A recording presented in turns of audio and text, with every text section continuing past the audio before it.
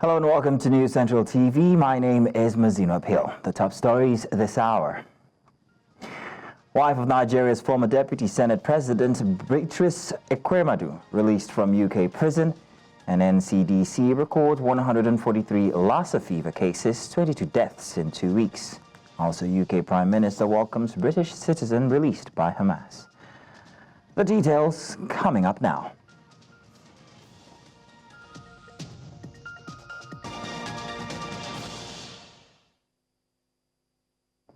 President Senator Ekweremadu has been released from a UK prison and returned to Nigeria. According to sources, she arrived in the country on Tuesday and is currently in Abuja. Mrs. Ekweremadu was sentenced to 6 years in prison, not 5, as initially reported, for her involvement in organ trafficking, along with her husband and Dr. Obinna Obeta. Her release has sparked jubilation in her family's community in Enugu State.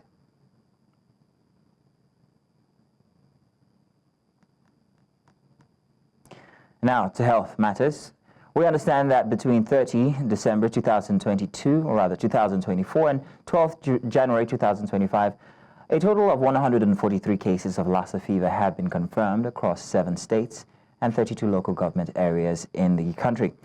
The Nigeria Center for Disease Control and Prevention, which confirmed the figures, also reported 22 deaths, representing a 15.4% fatality rate. According to the NCDC, the deaths occurred in Ondo, Edo, Bauchi, Taraba, Ebonyi, and Gombe states. The NCDC added that it has activated the National Lassa Fever Multi-Partner, Multi-Sectorial Incident Management Systems to coordinate response activities at all levels. Now, the next 3 days may be tough for the sector in the Federal Capital Territory, Abuja, as the Association of Resident Doctors commenced a 3-day warning strike over unpaid salaries, allowances, and other demands.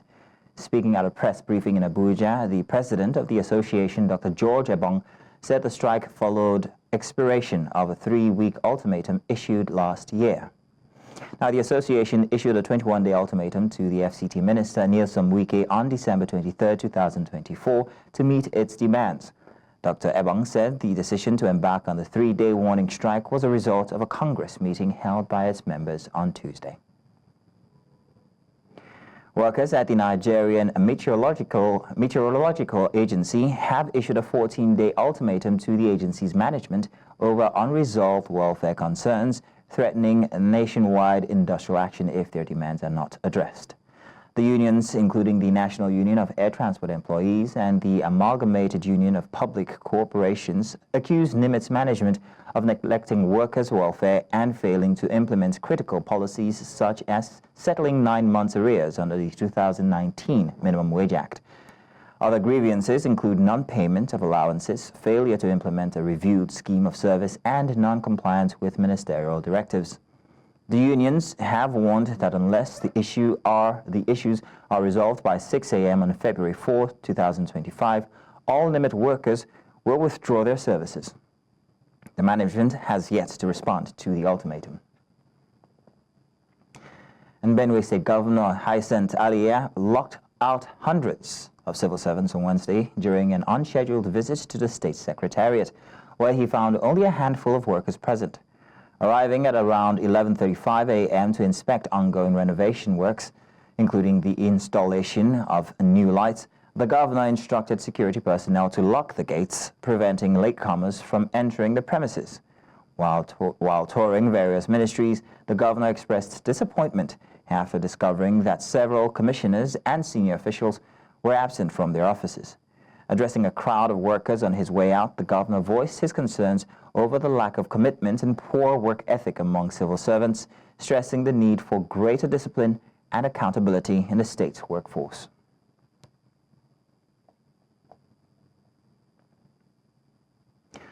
A coalition of civil society organizations are resisting the federal government's plan to resume oil production and exploration. Besides a lack of proper consultation with leaders of Ogoni community, the civil society group says the government must address the long-standing grievances over environmental degradation before it can begin to drill oil again. Ogoni land in the oil-rich Niger Delta region was at the heart of an acute air pollution due to unregulated oil exploration by local and international oil and gas giants like Shell. The resulting environmental degradation left vast lands and seas in Ogoni drenched in crude oil, while robbing farmers and fishermen of their livelihoods. In 2011, the United Nations Environment Program said it could take up to 25 to 30 years to fully clean up the Ogoni land and recommended an initial investment of $1 billion just for the first 5 years. Till date, a substantial part of the UNEP report has not been implemented. Now, civil society groups want the government to suspend all oil extraction plans until their concerns over the environment are addressed. They're also demanding a $1 trillion fund for cleanup. Earlier, two environmentalists, Akbubarai Celestine and Dr. Fineface Dumnamena, joined us in the news to share their perspectives on the Ogoni cleanup conversations. Look at all these issues. Concerning the 14-point agenda that we raised yesterday, 2 days ago, the civil society are saying that a lot of things must be done, before you talk about oil. You cannot turn on the tap and mop the floor at the same time. They have not resumed the cleanup. The cleanup will take 30 years. We are even yet to progress to the complex side. These 9 states are properly polluted. These 9 states have a population of about 40 million people. And these 40 million people whose sources of livelihood have been destroyed, who have been living with pollution. And if you compare all of this and pile up what has been lost, the $1 trillion is not even sufficient, but it is a place to start from. So when you look at that amount of money, when you spend it on the cleanup, you spend it on cleaning the human beings or by way of payment of compensation. And you also try to use that money to address other issues within the system. You will see that it's not even sufficient. So arriving at that amount of money, if you divide even the $1 trillion with 40 million people in the Niger Delta, you will see that what they are going to get is very meager. And all of the money will not be pushed into giving to people by way of compensation. Part of it will be used to carry out the environmental remediation of the Niger Delta. You recall the Bayelsa State Environmental Assessment Report that is even calling for $12 billion to be used to carry out the cleanup. The cleanup in Ogoni land today, $1 billion was earmarked for the first 5 years of the project. 5 years has elapsed. No new fund has been provided. And the cleanup is less than 30% completed. The complex sites, they are just about stepping into the complex site now. And the cleanup is said to be taking between 25 and 30 years. So we are still far away from the reality. So that is why I think arriving at the $1 trillion wasn't a big deal. And it's something that we can start with. We may even be needing more because the Niger Delta have lost resources that is worth more than $1 trillion. And by the time you insert that money into the Niger Delta and the entire polluted area, you will see that it's not even sufficient to address the situation that we have here today. Tuesday's meeting between President Bola Ahmed Tinubu and a delegation of prominent Ogoni leaders led by Governor Siminalayi Fubara of Rivers State continues to generate conversations across the country, especially because it once again brought to a round table the main actors in the political landscape of Rivers State, namely Governor Siminalayi Fubara and his estranged predecessor and FCT Minister Nyesom Wike. The question is, beyond attempting to settle the Ogoni environmental crisis, could this also mark a return to peace in Rivers State politics in general? To discuss this, we're joining us from Port Harcourt is Chizi Enyi, President General Initiative for Transparent Strategy and Good Leadership. Mr. Enyi is also a chieftain of the All Progressives Congress. You're welcome, Mr. Enyi. Thank you very much for joining us this evening. I'm hoping we've established communication with Mr. Enyi. Thank you, my dear brother. Thank you very much for joining us. So the president's attempt to pacify Ogoni leaders appears to have only drawn more resistance to many attempts. Thank you, my dear brother. Good evening. Yes, I can hear you. All right. So I was telling about the president's attempts to pacify the Ogoni leaders. It appears to have only drawn more resistance to any attempts to returning to a status quo. But let's take a look at the situation here with the people at the table, which would include Fubara and also the FCT minister. Do you see this as a return, perhaps maybe also to peace in Rivers State?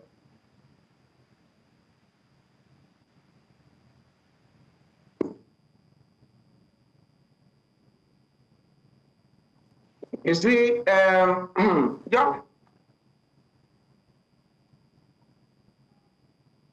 as a one years on weekend, the minister for FCT actually said that he can never reconcile with Governor Fubara. And Governor Fubara, whether you like it or not, as president, he is the governor of Rivers State. And I don't know the extent to which a minister serving the federal government from Rivers State would publicly attest to the fact that there is nothing that will make him reconcile with the governor of his own state. What is the reason?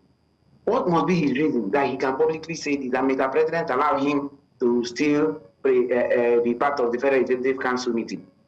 The meeting of the Ogoni people and the president, the essence of inviting Wike is because he is the minister from Rivers State and being a closer person to the president by being a cabinet member. Yet he is not working with the governor, who is the leader of that delegation. How has the president even seen that possibility of making amends to make peace between these two persons, since currently they are not in good terms, and these two persons are more or less leading the Ogoni people? Because even in the dedication to Mr. President, you see some supporting Wike, some supporting Governor Fubara. And if Wike and Governor Fubara are not in good terms, what will be the possibility that the cleanup in Ogoni or the resumption of oil in Ogoni will be effective? It is a no-no thing. And Mr. President is the person whose responsibility is to hire and fire the minister.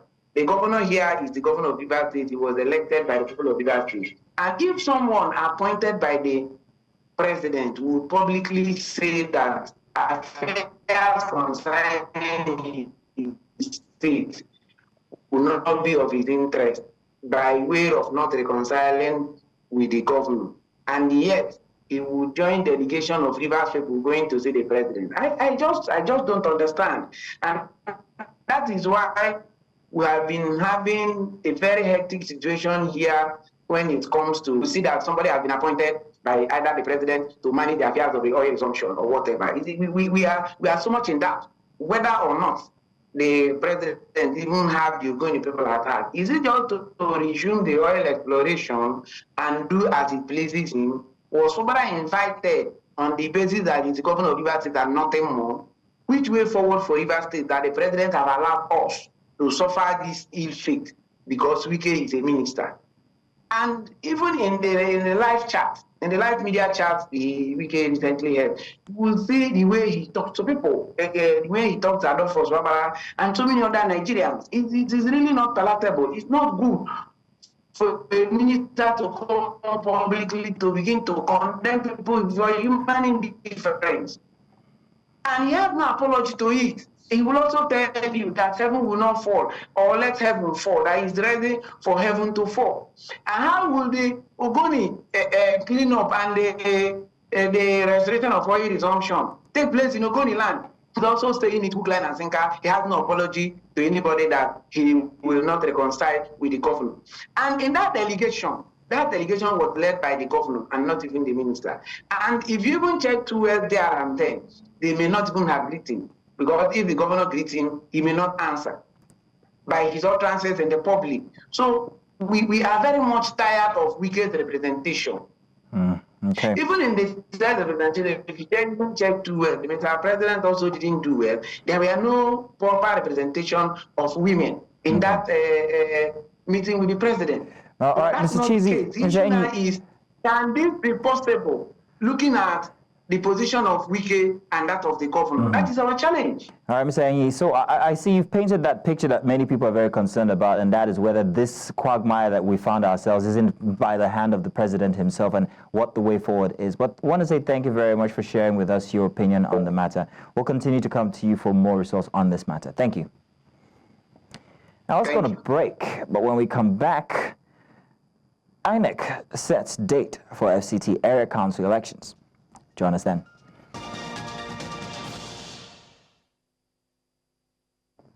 Welcome back. The Nigerian Labour Congress has described as absurd the 8 billion naira allocated in the 2025 federal budget to sensitize Nigerians on the need to pay electricity bills. This was revealed in a statement signed by the president of the union, Comrade Jajero, on Tuesday. The Federal Ministry of Power had proposed a budget of 8 billion naira for 2025 to educate Nigerians on the importance of timely payment of electricity bills. Adilabu explained that the campaign would be conducted through multiple media platforms, including social, digital, and print, to reach Nigerians' diverse population of over 200 million effectively. Reacting, Ajero urged those in the Power Ministry and the Nigerian Electricity Regulatory Commission to reinvigorate the sector and save it from total collapse.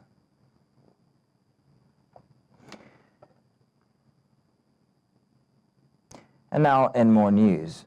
In the education sector, the Deputy Speaker of Nigeria's House of Representatives, Benjamin Kalu, has reiterated the commitment of the nation's parliament to improving education in Nigeria. The Deputy Speaker, while receiving a delegation from the University of Calabar, emphasized the critical role of education in nation building and highlighted his commitment to fostering academic excellence.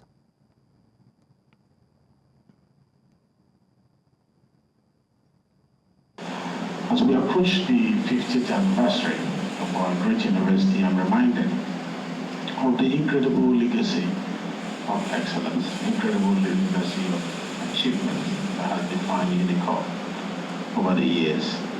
I'm proud to have been shaped by this institution, and I'm committed to continuing to partner with UNICOR to advance the cause of education in Nigeria. Just last week, the acting dean of Faculty of Law sent me a text that he was here to see you. And they presented a lot of problems, including the fact that they are not too sure of the accreditation of the program. And you picked up that challenge and said they should send a list, a comprehensive list for the accreditation, and they are actually working on that. Again, I want to say thank you so much, Your Excellency, for always coming to our aid and supporting your alma mater, the one, the school you are very proud of. Just the way we are also very proud of. In the meantime, hundreds of University of Ibadan students have protested the ongoing 82-day power outage at the University College Hospital in Ibadan. The hospital, a training center for UI medical students, has been without electricity since March 2024 due to unpaid bills. The Ibadan Electricity Distribution Company cut power to UCH in March and again in November 2023, citing debt. Despite this, power has not been restored. Led by the president of the student union, Bolaji Aweda, the students voiced their dissatisfaction with the situation. Aweda emphasized that the prolonged outage has directly affected students, noting that IBEDC has demanded payment before restoring power to the hospital.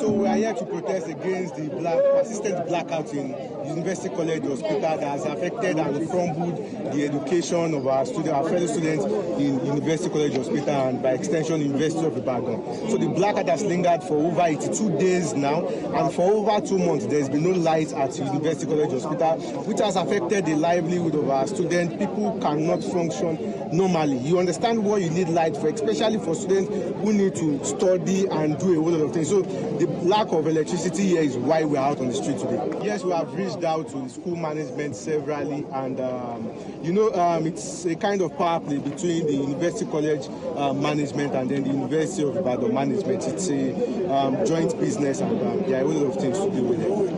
Schools in Nigeria who are currently facing the same blackout. Yes. Number two, the implementation of the 50% discount of tariff announced by the Ministry of Power last year in August. And number three, the reform of the health sector in Nigeria.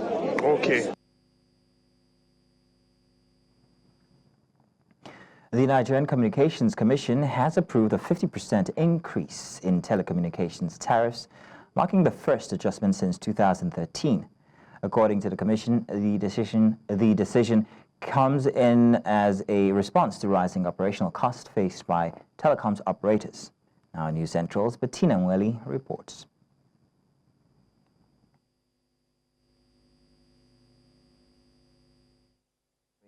that report subsequently. Do continue to bear with us on that one.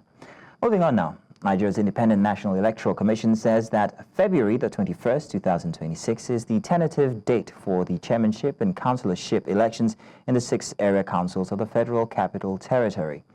The chairman of the commission, while meeting with the leaders of registered political parties in the country, also urged them to commence preparations for the conduct of party primaries for the upcoming Anambra State governorship off-cycle elections. The last area council election in the FCT was held on 12th February 2022. By the effluxion of time, the tenure of the current chairman and councillors ends next year. Consequently, the commission has approved that the 2026 area council election in the FCT will hold on Saturday, 21st February 2026. Voting will take place in all the designated polling units across the 68 constituencies to elect 6 area council chairmen and 62 councillors.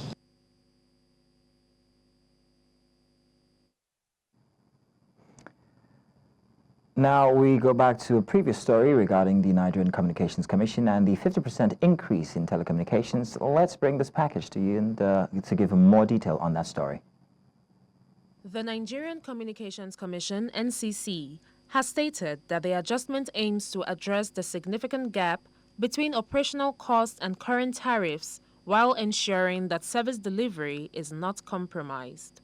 Telecom companies had initially requested a 100% tariff hike. However, the NCC settled on a 50% increase to balance industry sustainability with consumer affordability.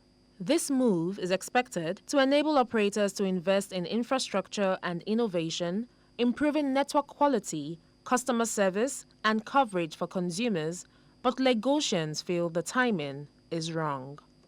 It's not done everywhere. At least we can see the developed country. We can see what is happening there, but not now. This is Nigeria. They have to eat. In fact, some family they have anything since morning, since yesterday also. And you say as at now, Nigeria is not on the right side for them to increase any tariff as at now.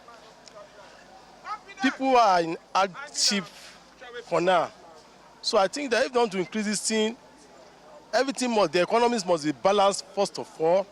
By the time it's been increased by 50%, really, I can tell you it won't be nice, it won't be fair. This tariff adjustment follows a series of economic challenges in Nigeria, including rising inflation rates. In November 2024, the Central Bank of Nigeria raised its benchmark lending rate by 25 basis points to 27.50%, marking the 6th consecutive rate hike of the year in an effort to combat persistent inflationary pressures. The government, is making the argument that they have done Nigerians a favor by not increasing it by 100% and increasing it radically to 50%. I think that is insensitive. I think that the government has continuously, acted in such a manner that it looks as though that they are the ones leading themselves. So if it is people-centric, the government would have continued to engage the people and adopted a strategy where they are increasing it gradually.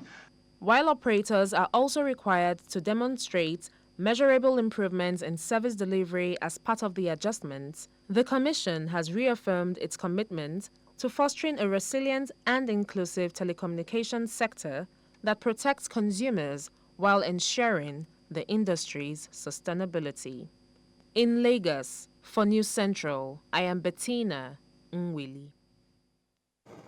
Now, the United Nations Children's Fund's representative, Christian Munduate, and her team are currently in Zamfara State to gain a comprehensive understanding of the challenges faced by children, particularly in education, health, and nutrition.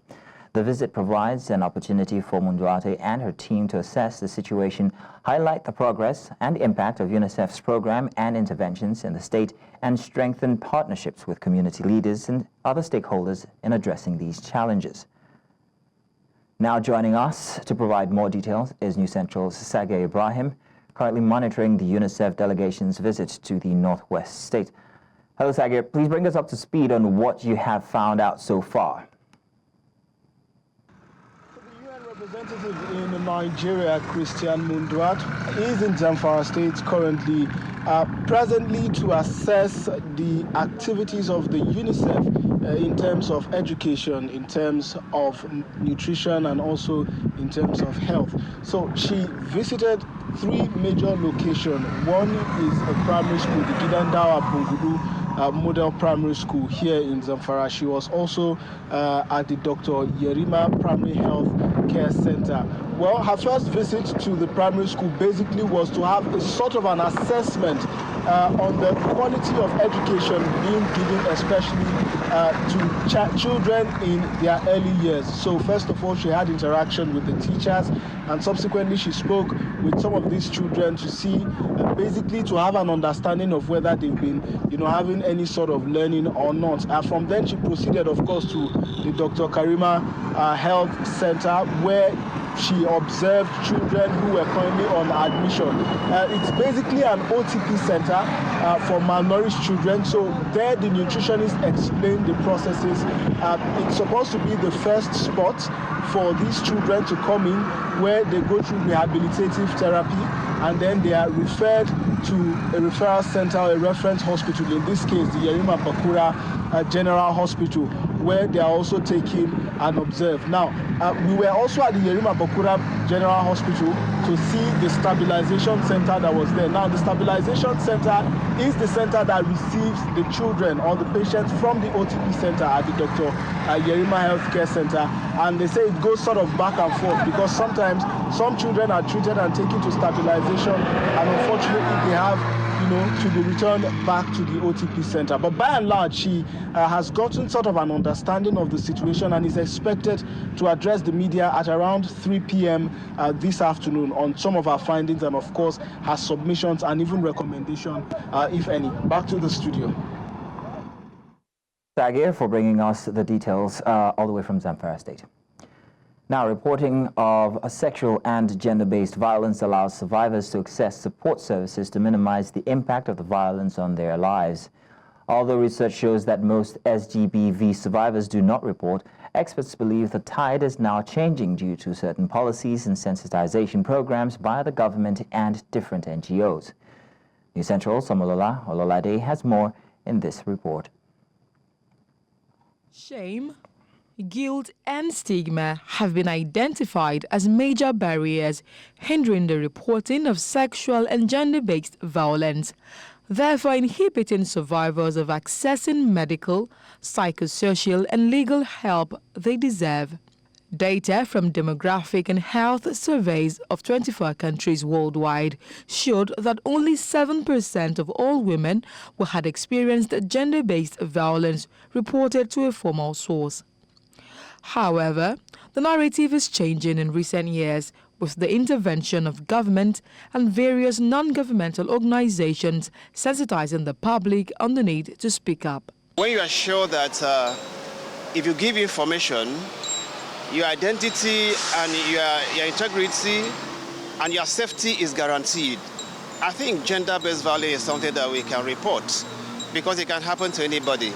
I would report to probably elderly people in my community so they can report to the right authorities, so it can be faster. No one deserves to be put under any abuse, under any pressure, oppression, or anything like that. The creation of agencies and policies by the government, however, plays a crucial role in encouraging survivors to report cases of SGBV to relevant authorities, according to experts.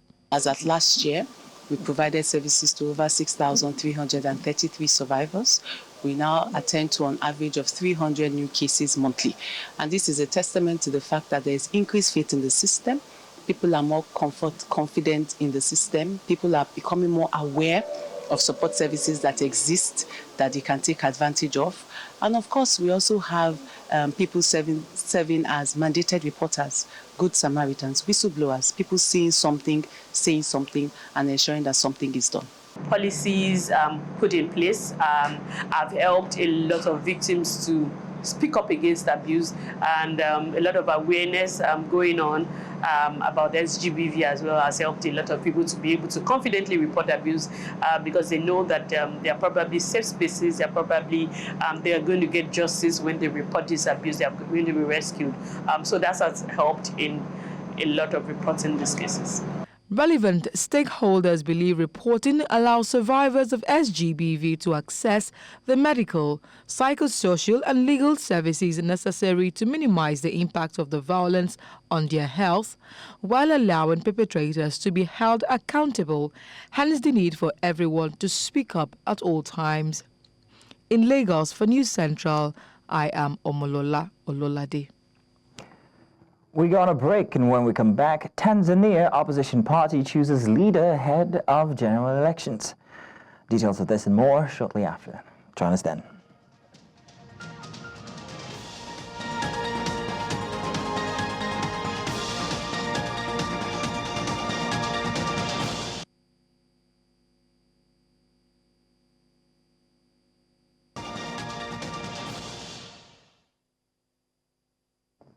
Welcome back. Tanzania's opposition party, Chadema, holds a leadership election in the coastal city of Dar es Salaam. Party supporters say they hope that whoever is chosen as leader helps bring unity to the party ahead of the East African nation's general elections due in October. Tanzania's ruling party had on Sunday nominated President Samia Suluhu Hassan as its candidate. Hassan took office in 2021 after the sudden death of her authoritarian predecessor, John Magufuli.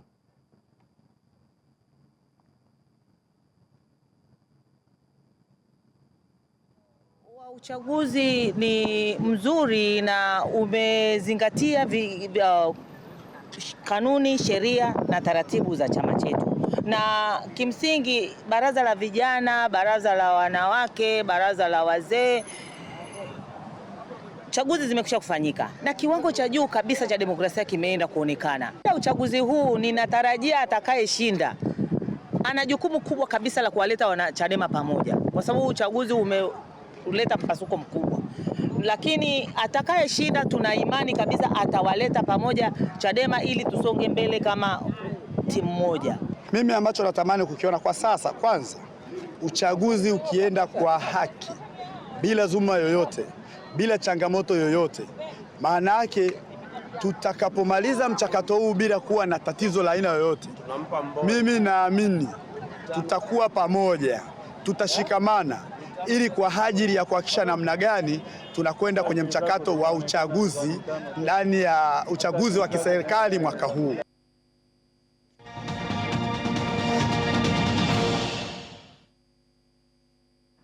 French President Emmanuel Macron and German Chancellor Olaf Scholz have called on France and Germany to lead efforts in building a stronger and more united Europe. This appeal comes at a pivotal moment as Europe aims to safeguard its interests and reinforce its global standing, particularly in light of challenges posed by Donald Trump's America. In a joint statement, Macron and Scholz underscored the vital role France and Germany must play in shaping the future of the European Union. Après l'entrée en fonction de la nouvelle administration aux États-Unis, il appartient plus que jamais aux Européens et donc à nos deux pays de jouer tout leur rôle pour consolider une Europe unie, forte et souveraine. Une Europe attachée aux liens transatlantiques qui sache affirmer aussi ses intérêts propres et les défendre avec ses valeurs et ses instruments européens. Brazilian President Luiz Inácio Lula da Silva has appointed diplomat André Correa de Lago as president of the UN Climate Conference, COP30, set to take place in Belém, Brazil in November 2025. For the first time, the annual UN climate talk will be held in the Amazon rainforest, a region profoundly impacted by climate change. Correa de Lago has voiced concerns over the lasting effects of former U.S. President Donald Trump's decision to withdraw from the Paris Agreement on the conference's preparations. As global temperatures continue to break records and political tension over climate action rise, COP30 aims to unite nations to address the urgent challenges of climate change.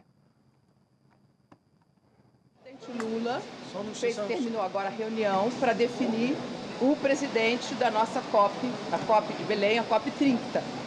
Então, estamos aqui na companhia da ministra do Meio Ambiente, Marina Silva, do embaixador Andréa Corrêa do Lago, que foi designado pelo presidente como presidente da COP, e estamos aqui para tirar as dúvidas de vocês a respeito do tema.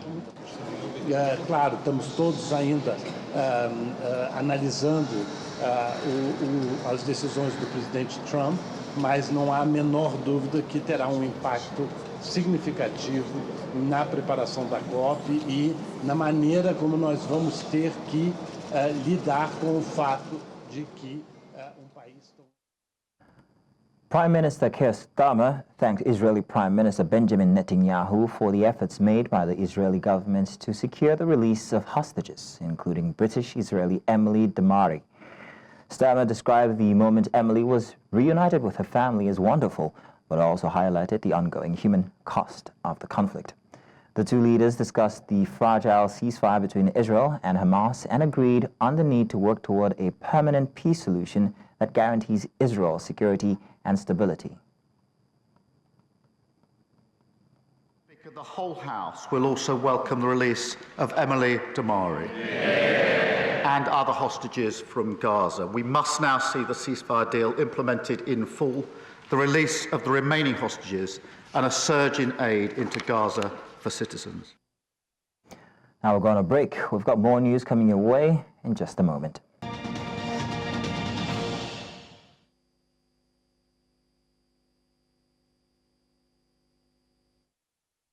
Welcome back. Now, Nigerian environmentalists oppose the government's plan to restart oil production in Ogoni land, demanding proper consultations with local communities. The region, heavily polluted, has been undergoing a $1 billion cleanup since 2018, following a 2011 UN report. Is the revenue from oil enough reason to dig for more? Well, join us on Business Edge as we unearth the facts. Earlier today on Business Edge, Femi Oladin actually joined us as a senior partner, Argentil Capital Management Limited, shared his insight on this development. However, we'll bring you that package maybe later. Do stay tuned for that one. Moving on now with more news for this evening. In December, South Africa's inflation rate increased for the second consecutive month, reaching 3.0% year-on-year, slightly above 2.9% seen in November. Now, analysts anticipate the South African Reserve Bank will implement another interest rate cut next week, following two previous cuts of 25 basis points in September and November. Economists had predicted a higher inflation rate of 3.2%. Core inflation, which excludes food and energy, was lower than expected at 3.6%. Meanwhile, retail sales surged by 7.7% in November, benefiting from interest rate cuts, declining inflation, and pension reforms allowing partial withdrawals. Economists project inflation to rise in 2025, primarily driven by food and fuel prices, but remain below 4.5%.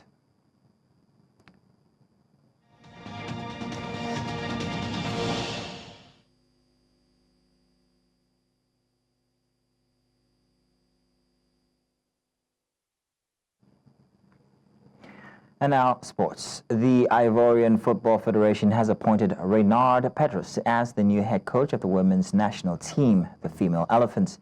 Pedros, a 53-year-old Frenchman, previously coached Morocco's Atlas Lionesses, leading them to the final of the last Women's Africa Cup of Nations before his dismissal. His new role comes as Ivory Coast aims to rebuild its women's football program and return to prominence on the international stage. The Female Elephants have missed the last 4 editions of Women's Africa Cup of Nations and are eager for a comeback as they prepare for the 2026 qualifiers.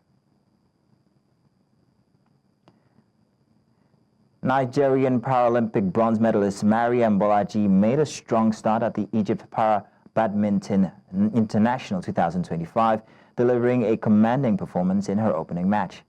In her first competition in 2025, Bolaji defeated Elizabeth Nwabire in straight sets of 21-4, 21-2, currently ranked 12th in the women's double SL3 SU5 category. Bolaji's impressive form has set the tone for a strong tournament. She will face Egypt's Basma Nabil Fawzi in the next round, aiming to maintain her momentum and advance further in the competition.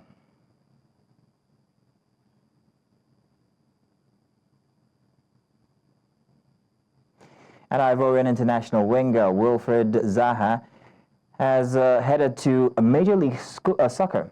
The 32-year-old forward has joined Charlotte FC on loan until January 2026, with an option to extend until June. Zaha, who's currently on loan with Lyon from Galatasaray, has struggled for game time this season, making just 6 appearances.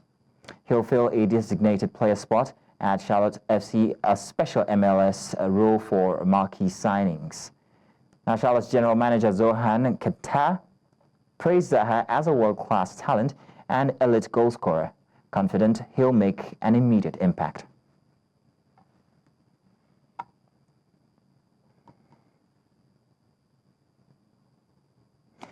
Zaha also enjoyed a standout career at Crystal Palace, where he scored 90 goals in 458 games. He also won a Super League title with Galatasaray last season.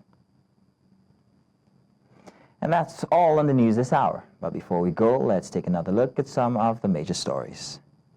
Wife of Nigeria's former Deputy Senate President Beatrice Ekweremadu has been released from UK prison. And NCDC records 143 Lassa fever cases, 22 deaths in 2 weeks. And we also told you that UK Prime Minister welcomes British citizens released by Hamas. Do remember now that you can watch News Central live on DSTV channel 422, Star Times channel 274, Avo TV, and of course on YouTube. Many thanks for watching. My name is Mazino Pio.